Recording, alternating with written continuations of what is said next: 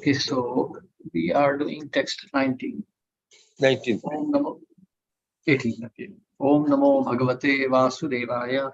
Om Namo Om Namo Bhagavate Vasudevaya. Om Namo Bhagavate Vasudevaya. Om Namo Bhagavate Vasudevaya. Om Namo Bhagavate Vasudevaya. Om Namo Bhagavate Vasudevaya. So text reading. 19 19th. जी जी 19 से 19th. Okay. Oh yeah. तस्याम उहवा आत्मजान सराज वर आग्निथ्रो नभि नाभि किम पुरुष तस्याम उवा आत्मजान स राजवरा अग्निधरो नाभि पुरुषा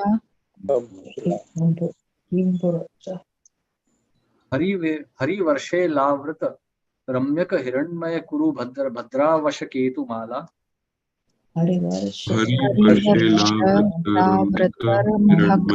हिरण्मय कुरु केतुमाल ज्ञान नवपुत्रान अजनयत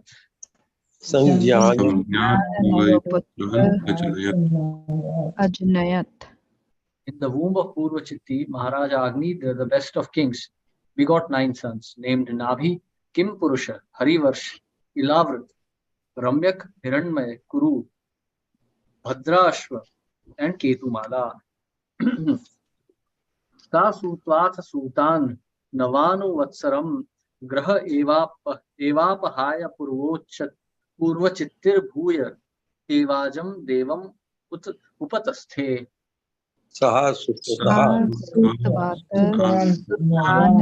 नवानुवत्सरं गृह एवापहाय पूर्वचित्त भूर्य एवाजं देहम् उपतस्थे. Yeah. Someone like to read this? Go ahead, Prabhuji. Yeah, you can read, Prabhu. Hare Krishna. Station purport by Sri Prabhupada teaching. Purvachiti gave birth to these 9 sons, one each year. But after they grew up, she left them at home and again approached Lord Brahma to worship him. There are many instances in which Apsaras have descended to this earth by the orders of superior demigods like Lord Brahma or Lord Indra, have followed this demigod's order by marrying someone and giving birth to children, and have then returned to their celestial homes. For example, after Menka, the celestial woman who had come to delude Vishwamitra Muni gave birth to the child Sakuntala. She left both the child and her husband and returned to the heavenly planets, for which it did not remain permanently with Maharaj Agindra. After cooperating in his household affairs, she left Maharaj Agindra and all 9 sons and returned to Brahma to worship. Hare Krishna Prabhupada. Hare Krishna, thank you. So in Srimad Bhagavatam, this is the second example. I mean, this is the first example. There will be another example of a heavenly damsel. So there is, of course, the example of Menaka with the Vishwamitra. Then there is the example of Purvachitti with Maharaj Agnidra. We're also going to see the example of Urvashi with Maharaj Pururav. So, see, the heavenly damsels have very long lifespans. And these personalities like Agnidra or Maharaj Pururav, these are human beings. So, and one more important thing to remember here is that these heavenly damsels, you see, they are personification of feminine beauty, which also means that they are chanchala. They're not really in love or anything. They just come here, they enjoy some pastimes, and then they go away. So here we see also Purvachitti, after giving birth to these 9 sons, because she was ordered by Lord Brahma. She came down, she stayed for some time, and then she went away. Of course, these 9 sons were very important because these 9 sons are going to do very magnificent things. Like Our planet is also known as Ilavratavarsh. Bharatvarsh is also known as Ilavratavarsh on the name of Maharaj Ilavrat. And the Kuru dynasty came from Maharaj Kuru. There's a planet known as Kim Purushavarsh. So these are great kings. Yeah. Text 21. Agnidra Sutaste Matur Anugrahad Outpatti Kaineva Samhanana. Nidra Sutas Aganiza.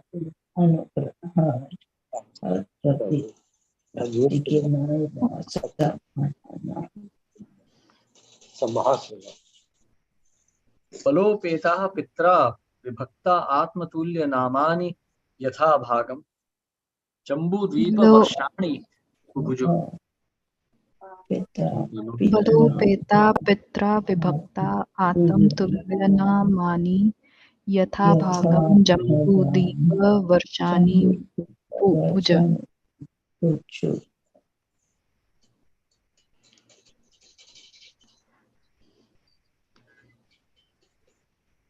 May I read, Prabhuji? Yes, please. Thank you, Ji. Hare Krishna. Shri Prabhupada Ji ki Jai. Translation. Because of drinking the breast milk of their mother, the 9 sons of Agnidhara naturally had strong, well-built bodies. Their father gave them each a kingdom in a different part of Jambudvipa. The kingdoms were named according to the name of the sons. Thus, the sons of Agnidhara ruled the kingdoms they received from their father. Purport. The Acharya specifically mentions that in this verse, the word Matu Anugrahat, by the mercy of their mother, refer to the breast milk of their mother. In India, it is common belief that if a baby is fed his mother's milk for at least 6 months, his body will be very strong. Beside that, it is mentioned herein that all the sons of Agnidhara were endowed with the nature of their mother. Bhagavad Gita 1.40 also declares, Sritishu dushtashu Varshneya Jayate Varna Shankara. When a woman are polluted, Varan Sankar, unqualified children are generated. And when the Varan Sankar pollution increases, the entire world becomes hellish. Therefore, according to Manu Samhita, a woman needs a great deal of protection in order to remain pure and chaste, so that her children can be fully engaged for the benefit of human society. Thank you, Jai Hare Krishna, Prabhuji. Hare Krishna, thank you. So these, see, because Purvachitti was a heavenly damsel, her sons also had those capacities. I mean, these sons were also great, powerful personalities. They had that, that kind of a demigod personality. So you see, the qualification of the child mainly comes from the mother. So if the mother is pure and chaste, the child will also be following in the example. But if the mother is unchaste, then the child will be of very poor quality. We see the example of Ravana's mother. So Ravana's father was a Brahmana, but his mother came from a family of demons. So therefore Ravana became a demon. So Ravana and his brothers, except for Vibhishana, they all became demons.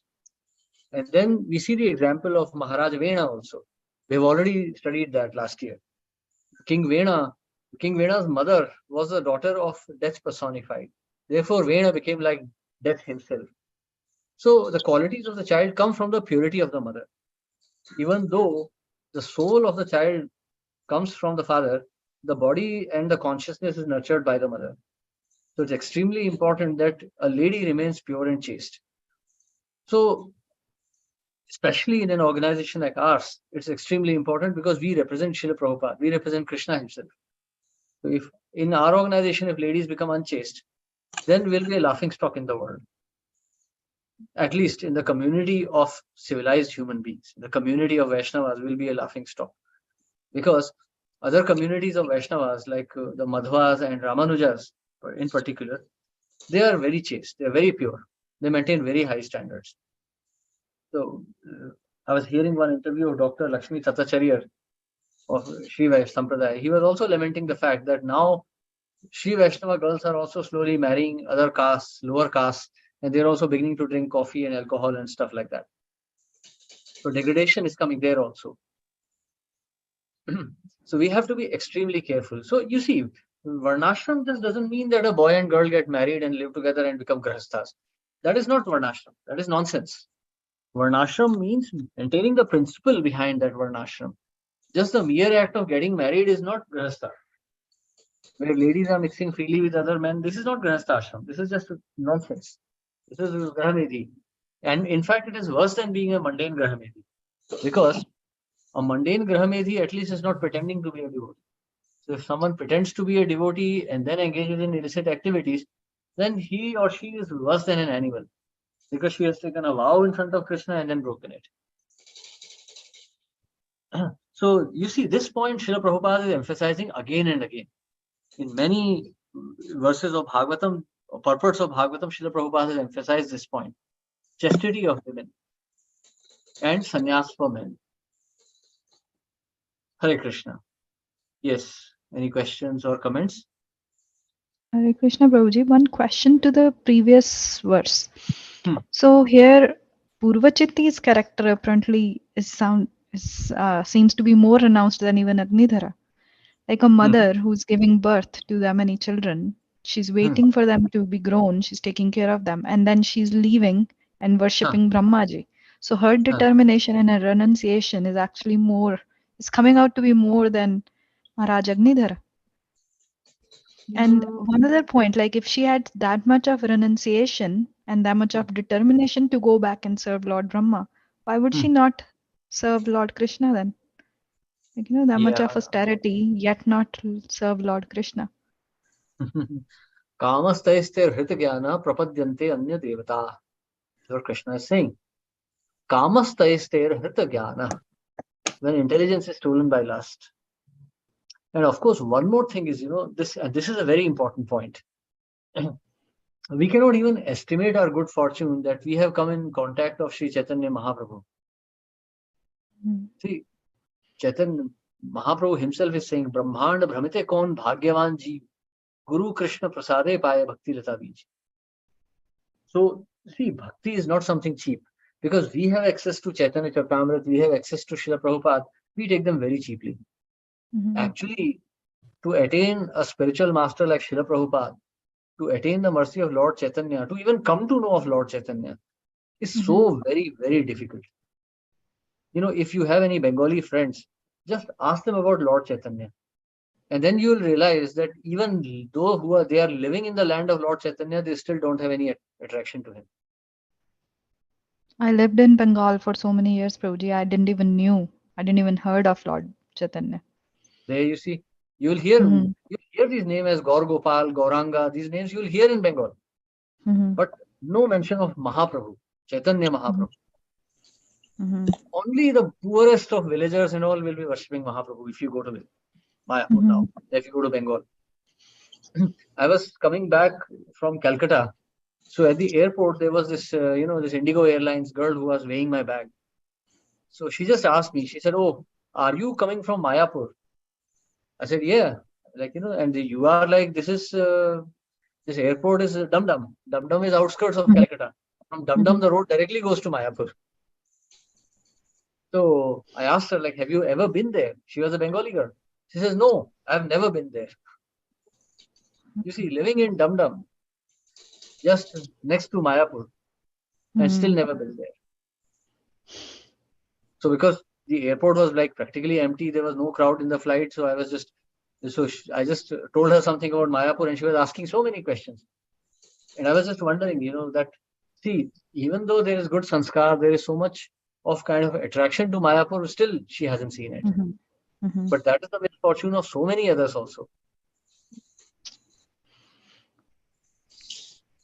So you see, so it's not easy. We have been given this great fortune of knowing about Chaitanya Mahaprabhu. If we miss this opportunity, we'll be kicked out. So we have to grab onto it with all our hands and feet and mouth and everything. We cannot miss this opportunity. So see, Purvachitti, even though she's so sublime, she can travel between planets, still she is worshipping Brahma. And and not attain And she's devotion. so determined, like Hmm. leaving, giving birth to a child and then leaving is a Well, big austerity, no?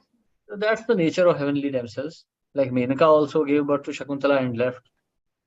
Urvashi also gives birth to children and then she leaves. So these heavenly girls are not attracted to anyone or attached to anyone. They are just who they are. Mm. Mm-hmm. ठीक है जी, thank you Prabhu ji, thank you Hare so much. Krishna. Hare Krishna. The Apsaras, should not they be called like society girls? They are society girls. They are heavenly society girls. I mean, what are they? They are dancing girls of heavenly planets. Because they will keep on changing their husbands after that. Yes, they keep on changing husbands. So that's a danger, you know.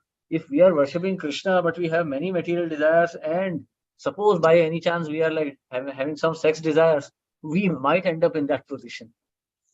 So, I mean, at least I wouldn't want to be there. Certainly, nobody like to go to the planet of Brahmaji. Yeah, so we should not desire anything. There are planets to fulfill all our desires. Exactly. Sometimes I'm also very scared.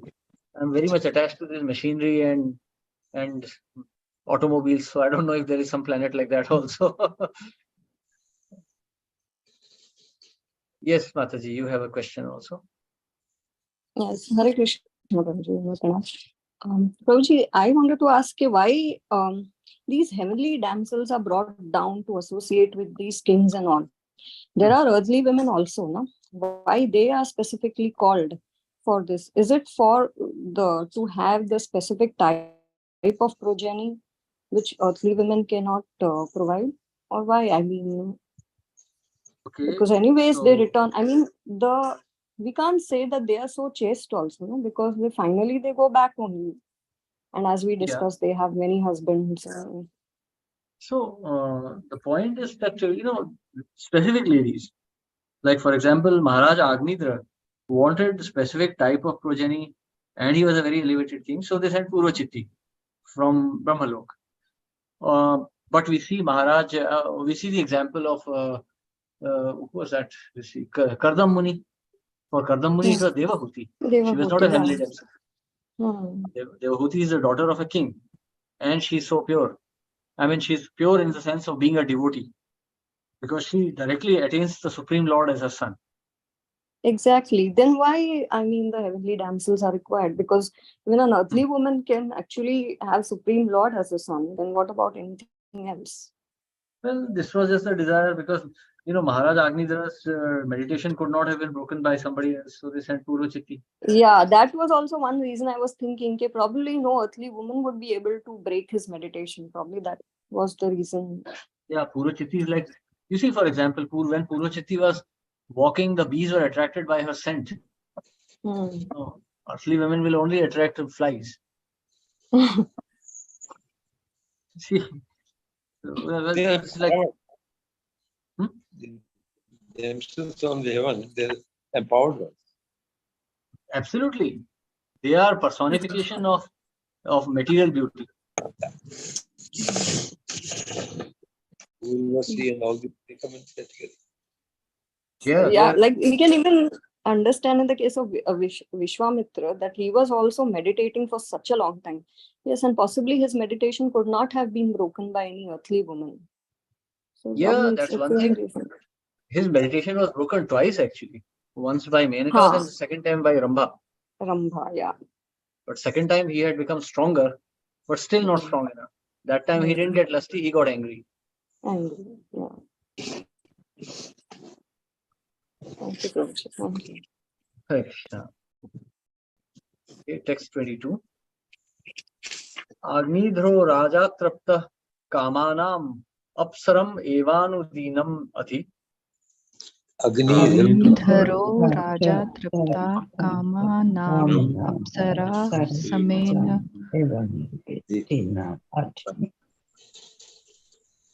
Manyamanas Tasya Salokatam Shrutibhir Avarundha Yatra Pitaro Madayante. Manyamanas Sataya Salokatam Shruti Varundha Yatra Pitro Madhyante. Yes.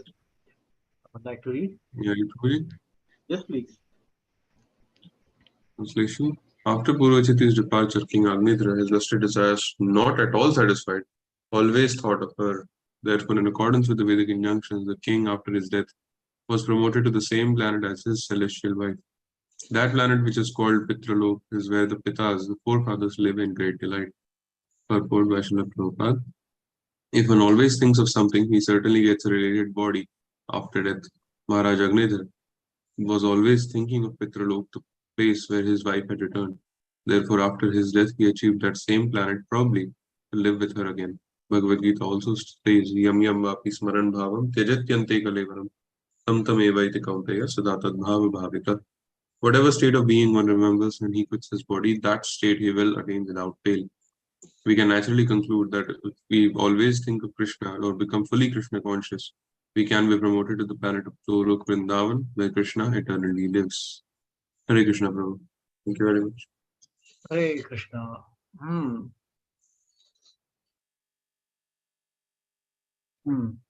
So, Maharaj Agnidhara's lusty desires were not satisfied.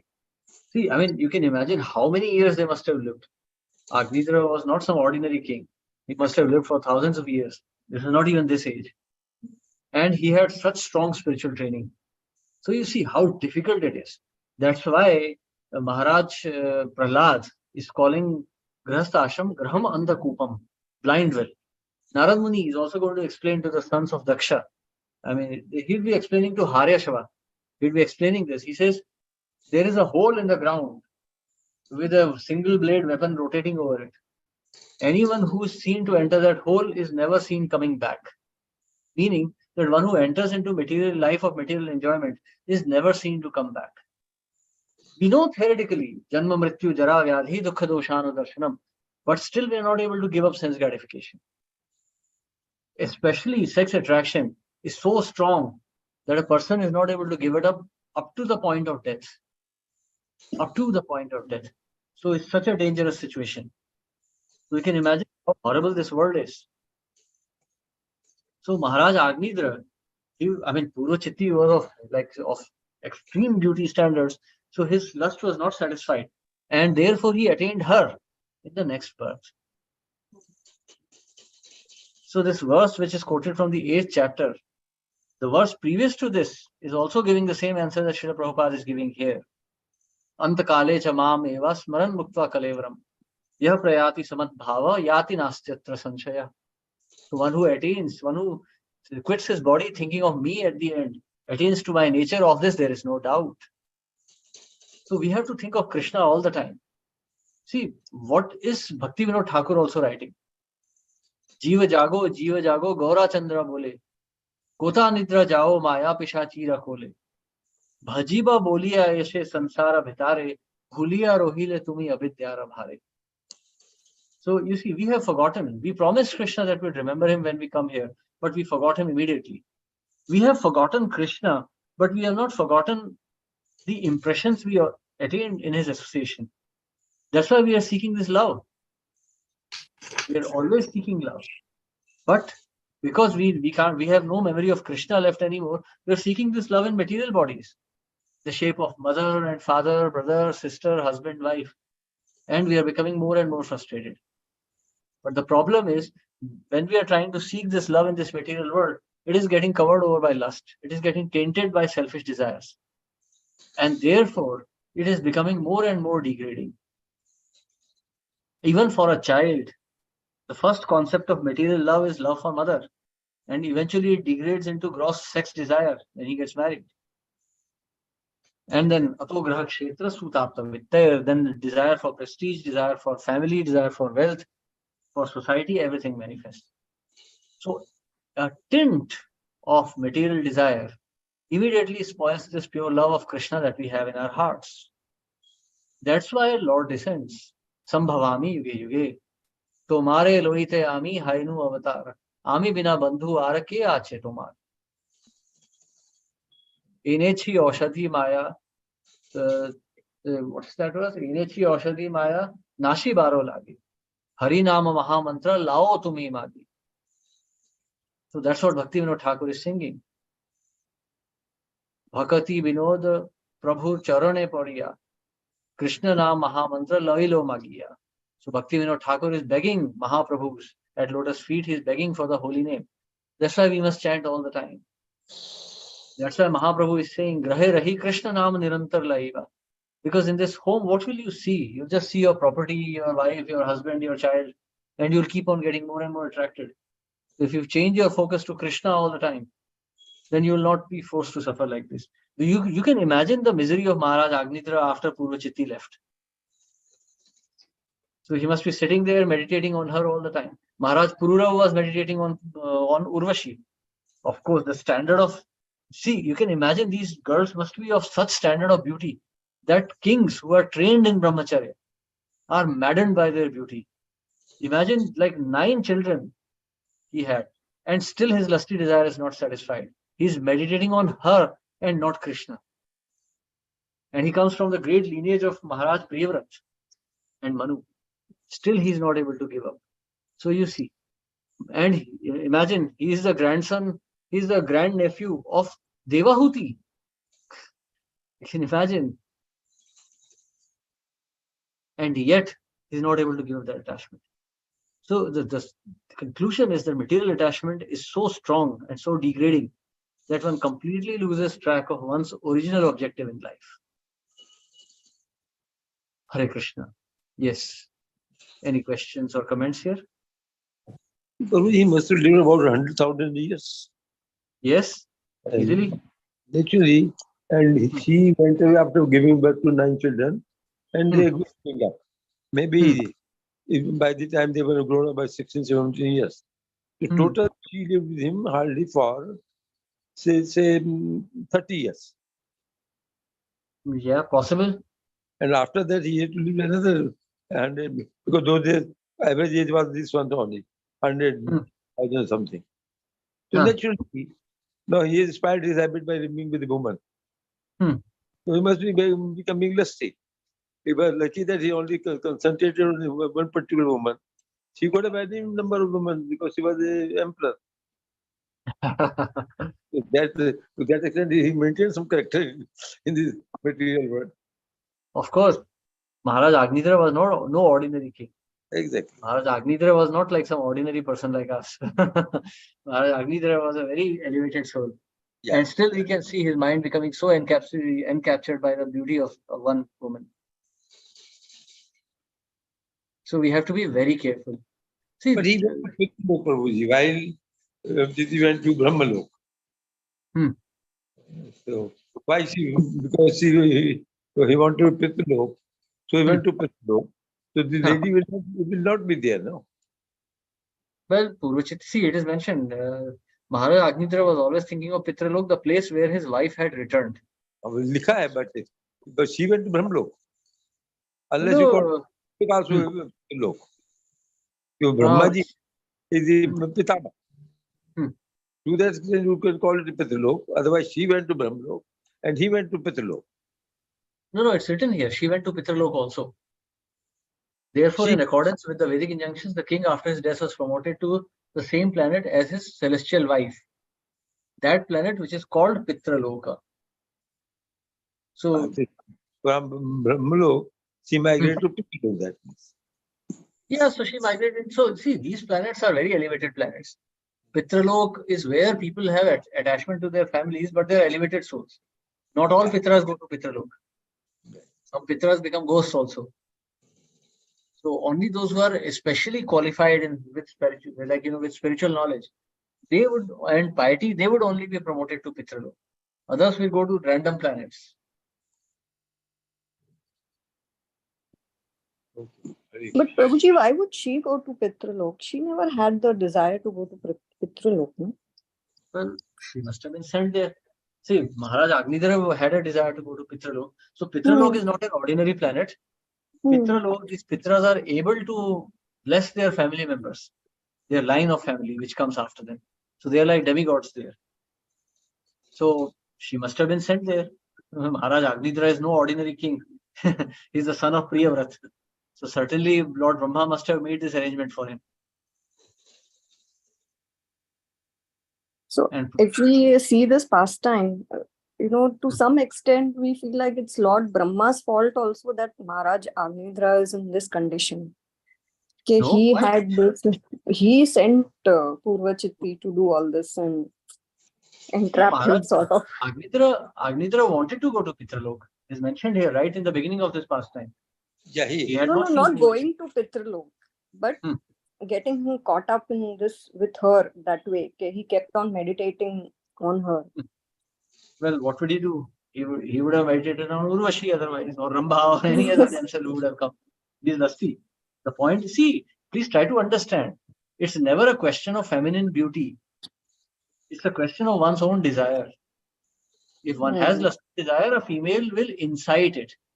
But if there is no lusty desire, that female can all at the best come and stoke it, but the desire would go away soon enough.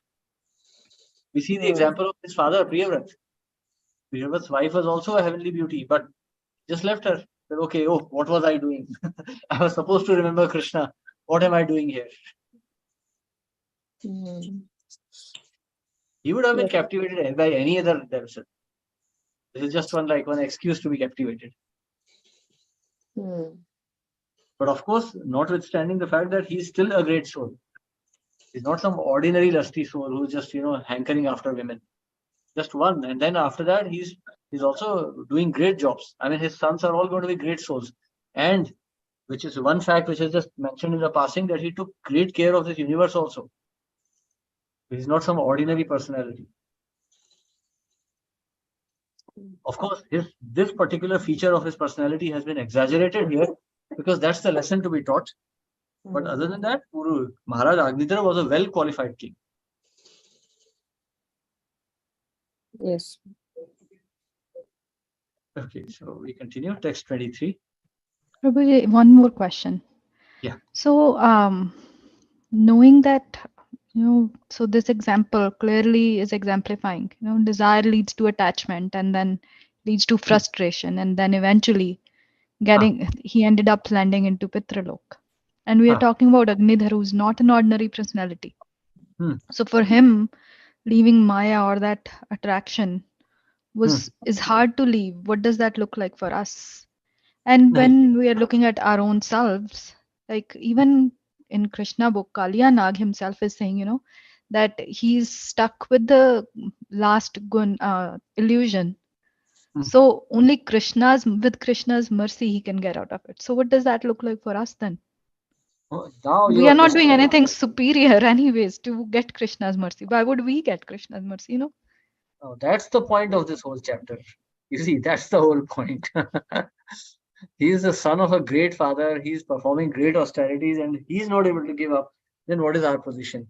Actually, we have seen just this miserable earth. We may talk of Europe, North America, India, but all these are third-class places. Literally, third class. These heavenly planets, they are unbelievable. They are very beautiful planets. Planets like Tapalok, Maharalok, they practically look like spiritual worlds. There is just a trace of Ahankar there. Lord Brahma is actually seeing Lord Vishnu also. You can imagine it's practically Vaikuntha. Practically Vaikuntha, but not Vaikuntha. Because there is a trace of Ahankar there. But we, like on earthly planet, people like us, we are like loaded with Ahankar. I am Indian, I am ISKCON, I am Hindu, this and that. And we are just loading ourselves with Ahankar more and more. Our position is very precarious. No, though on Kaliya Nag, Krishna did mercy because obviously something from previous verse would have been there. For us, we don't have anything from previous birth and we can see this birth too. So where do we stand? We don't even qualify for Krishna's mercy. So we have to depend helplessly on the mercy of Krishna. You have to depend helplessly on the mercy of Krishna. So you see, that's actually thinking of our miserable condition. We should feel more and more miserable. Ai nanda tanuja kinkaram patitam mam vishame bhavam budhav kripya tava pada pankaja sthita duli sadrisham vichintaya. Oh, son of Nanda, somehow or the other I have fallen into this ocean of nations. please pick me up. If you see the ocean, I mean, like you live in Atlantic coast. If you go and see the Atlantic, it's such a horrifying sea, such a horrifying ocean, Atlantic. And especially, in these months of winds, when the black ocean is just raging and roaring, it's horrifying. I remember many years ago, I was in Juhu Beach around the evening time, and it was monsoons. And that sea looked so horrifying that even now when I think of it, I get nightmares. It was night time and there were rolling clouds and the sea was black and it was roaring. It looked truly horrible. It looked like the end of the world. So you see, material world is a horrifying place and we are helpless. Actually, no one here is safe. I mean, those who think they are safe in this world, they are actually in greater danger.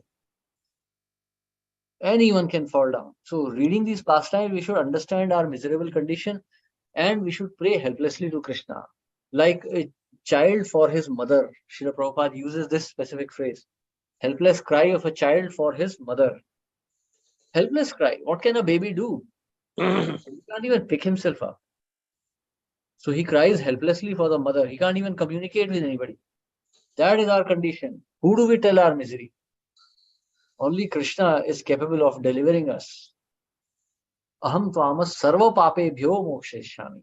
Only Krishna can do that, no one else. And that is the purport of this particular chapter.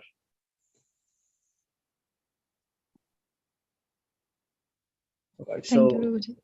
Yeah. Hare Krishna. I think the problem is we don't realize this misery 24 hours. If we start to realize this misery 24 hours, we will be 100% Krishna conscious the next day. Well, if you see, I mean, I can give you some realizations, but I don't want to spoil your happiness. I mean, it'll make you feel horribly miserable, so I don't want to share those things with you. But if you just want a glimpse of it, you should remember this verse, Janma Mrityu Jara Vyadhi. Because I have seen all four of them, I can tell you very easily how they are. Mm. So I have practical realization of all four of them, so I can understand this world is truly miserable. But I don't want to tell you in graphic details because you will become really depressed. So you just understand it, you just start chanting right now. And if you feel exceptionally strong, lusty desires or something, then I will reveal these secrets to you and you will never be happy afterwards. Thank you, Prabhuji. Hare Krishna. Krishna. Very well. Yeah, so we continue with the last verse. Samparete pitari nava bhrataro merur duhitra meru devim pratirupam. Samprati Samparte pitari navabhrataro meru Meru duhitra Duhit meru Meru Devim pratirupam. Ugra damstream latam ramyam shyamam narim bhadram devitim iti samagya navodavahan. Radam Sri Latam Ramyam Shyamam Narim Bhadram Devavati Iti Sangya Navodavahan. After the departure of their father, the 9 mothers married the 9 daughters of Meru, named Meru Devi, Pratirupa, Ugra Damstri, Lata, Ramya, Shyama, Nari, Bhadra, and Devaviti. Thus end the Bhakti Vedanta purports of the 5th canto, 2nd chapter of Srimad Bhagavatam, entitled The Activities of Maharaja Agnitra. Very interesting. Ugra Damstri. I mean, I wouldn't want to marry a girl who's called Ugra Damstri. Terrifying teeth. I mean, a Shama may be a dark girl, but Ugra Damstri would be quite scary to look at.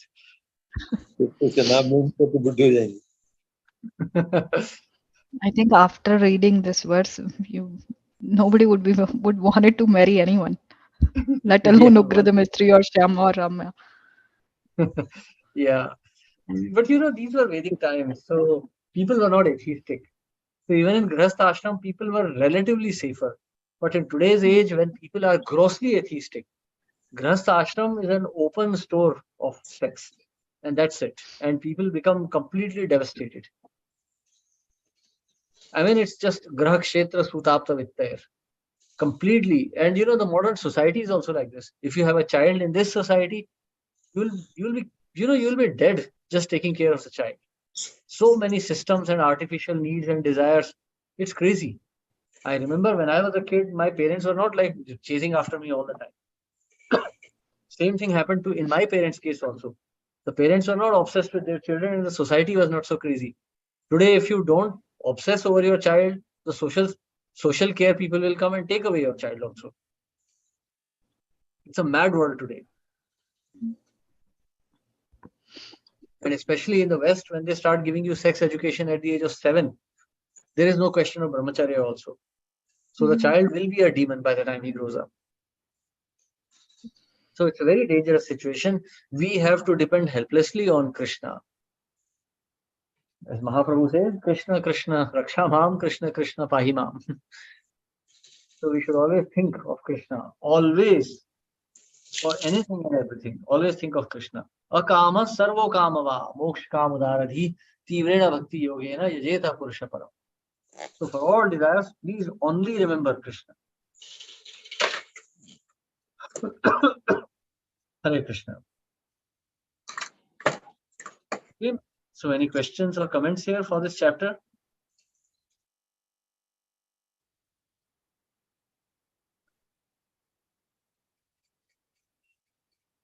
Okay, then we stop here today. We will continue Monday. on Monday.